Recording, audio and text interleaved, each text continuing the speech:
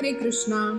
വൃശ്ചിക മാസത്തിലെ ഏകാദശിയാണ് ഗുരുവായൂർ ഏകാദശി ആയിട്ട് നമ്മൾ ആഘോഷിക്കാൻ പോകുന്നത്. ഈ വർഷം ഡിസംബർ 11-ാം തീയതി ബുധനാഴ്ചയാണ് ഗുരുവായൂർ ഏകാദശി നമ്മൾ ആഘോഷിക്കുന്നത്. ഗുരുവായൂർ ഏകാദശിയുടെ ഏറ്റവും പ്രധാനപ്പെട്ട പ്രത്യേകത എന്താണെന്ന് വെച്ചാൽ, ഭഗവാൻ ശ്രീകൃഷ്ണൻ വിശ്വരൂപ ദർശനത്തിന് ശേഷം നൽകിയതിനു ശേഷം അർജുനനെ ഗീതോപദേശം നൽകിയ ദിനം എന്നതുകൂടിയാണ്. അതുകൊണ്ട് ഈ ഏകാദശിയെ മോക്ഷദ ഏകാദശി എന്നും ഗീതാ ജയന്തിയായിട്ടും ആഘോഷിക്കുന്നു. ഒരു വർഷത്തിൽ വിഷ്ണു ഭഗവാന് പ്രീതികരമായ 24-25 ഏകാദശികളുണ്ട്. ഇവയിൽ ഏറ്റവും ശ്രേഷ്ഠമായ ഏകാദശികളിൽ ഒന്നാണ് ഗുരുവായൂർ ഏകാദശി. ഗുരുവായൂർ ഏകാദശി അനുഷ്ഠിച്ച ഒരു വർഷത്തെ ഏകാദശി വ്രതങ്ങളെല്ലാം അനുഷ്ഠിച്ച ഫലമാണ് ലഭിക്കുന്നു എന്നാണ് വിശ്വാസം.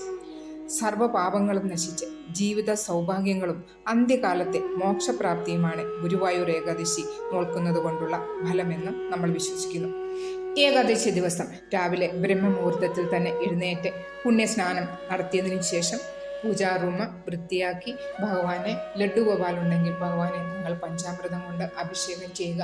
അതിനുശേഷം നിങ്ങൾ ഭഗവാനെ നല്ല പൂക്കൾ കൊണ്ട് മാലകളും അർപ്പിച്ചതിന് ശേഷം നിങ്ങൾക്ക് എന്തെങ്കിലും നിവേദ്യം, നിങ്ങൾക്ക് ഇഷ്ടമുള്ള എന്തെങ്കിലും നിവേദ്യം നിങ്ങൾക്ക് അർപ്പിക്കാവുന്നതാണ്. അന്നത്തെ ദിവസം നിങ്ങൾ ഉപവാസം എടുത്ത് ഭഗവാന്റെ മുന്നിൽ രാവിലെ നിങ്ങൾക്ക് സങ്കല്പം ചെയ്യാവുന്നതാണ്. സങ്കല്പം എങ്ങനെ ചെയ്യുന്നതിന് ഞാൻ കഴിഞ്ഞ വീഡിയോയിൽ പറഞ്ഞിട്ടുണ്ട്. കയ്യിൽ കുറച്ച് ഗംഗാജലം, പുഷ്പം, കുറച്ച് അരി എടുത്തിട്ട് നിങ്ങൾക്ക് എന്തെങ്കിലും ആഗ്രഹങ്ങളുണ്ടെങ്കിൽ അത് നിങ്ങൾക്ക് ഭഗവാന്റെ മുന്നിൽ പറഞ്ഞിട്ട് നിങ്ങൾക്ക് ഉപവാസം നിങ്ങൾക്ക് തുടങ്ങാവുന്നതാണ്. അതിനുശേഷം നിങ്ങൾക്ക് ഭഗവത്ഗീത, ഓം നമോ ഭഗവതേ വാസുദേവായ, ഹരേ കൃഷ്ണ മന്ത്രം, പിന്നെ വിഷ്ണു സഹസ്രനാമം അന്നത്തെ ദിവസം നിങ്ങൾ തീർച്ചയായിട്ടും വായിക്കണം, പാരായണം ചെയ്യുക.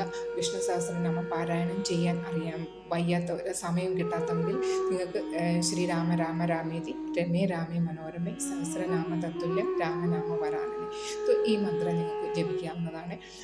പിന്നെ ഹരികൃഷ്ണ മന്ത്രം നിങ്ങൾക്ക് എത്ര മാല വേണേലും അന്നത്തെ ദിവസം ജപിക്കുക. ഓം നമോ നാരായണായ ചൊല്ലാം.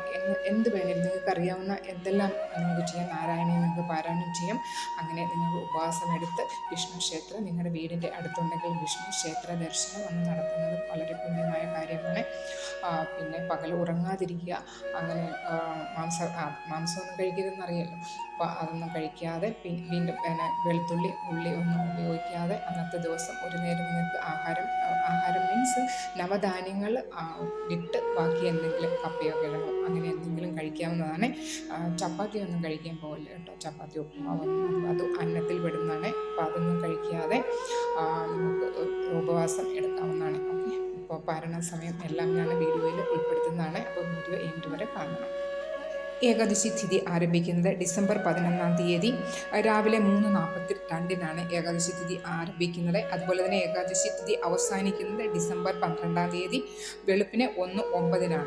ഓക്കെ, അപ്പോൾ പാരണ സമയം എന്ന് പറയുന്നത് ഡിസംബർ 12-ാം തീയതി, അതായത് വ്യാഴാഴ്ച രാവിലെ 7:04 മുതൽ 9:08 വരെയാണ് പാരണ സമയം. അപ്പോൾ പാരണ ദിന ദ്വാദശി അവസാന നിമിഷം എന്ന് പറയുന്നത് ഡിസംബർ 12-ാം തീയതി 10:26 വൈകിട്ട് 10:26 വരെയാണ് ദ്വാദശി സമയം പറഞ്ഞിരിക്കുന്നത്. അപ്പോൾ ഈ സമയത്ത് തന്നെ നിങ്ങൾ പാരണ ചെയ്യണം. പാരണ ചെയ്യുമ്പോഴത്തേക്കും ഭഗവാന്റെ മുന്നിൽ തീർത്ഥം, പിന്നെ തുളസി തീർത്ഥം വെച്ചതിന് ശേഷം തുളസി തീർത്ഥം കുടിച്ച് നിങ്ങൾക്ക് പാരണ വിടാവുന്നതാണ്. അതിനുശേഷം അരി ആഹാരം എന്തെങ്കിലും നിങ്ങൾക്ക് അന്നത്തെ ദിവസം ദ്വാദശി ദിവസം നിങ്ങൾക്ക് കഴിക്കാവുന്നതാണ്.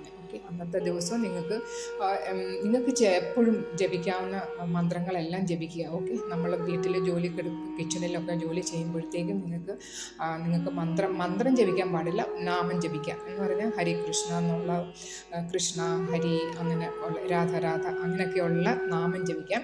പക്ഷേ നമ്മൾ മന്ത്രങ്ങൾ ജപിക്കുമ്പോഴത്തേക്കും നമ്മൾ ഒരു സ്ഥലത്തിരുന്ന് തന്നെ മന്ത്രം ജപിക്കണം. മന്ത്രം അങ്ങനെ ചുമ്മാതെ ജപിക്കാൻ പാടില്ല, നാമം നിങ്ങൾക്ക് ജപിക്കാവുന്നതാണ്. ഓക്കെ, അപ്പോൾ എല്ലാവർക്കും വീഡിയോ ഇഷ്ടമാകുകയാണെങ്കിൽ ലൈക്ക് ചെയ്യാനും പിന്നെ ഓം നമോ ഭഗവതേ വാസുദേവ ഹരേ കൃഷ്ണ എന്തെങ്കിലും ഒരു കമൻറ്റ് നിങ്ങൾ ഇടണം.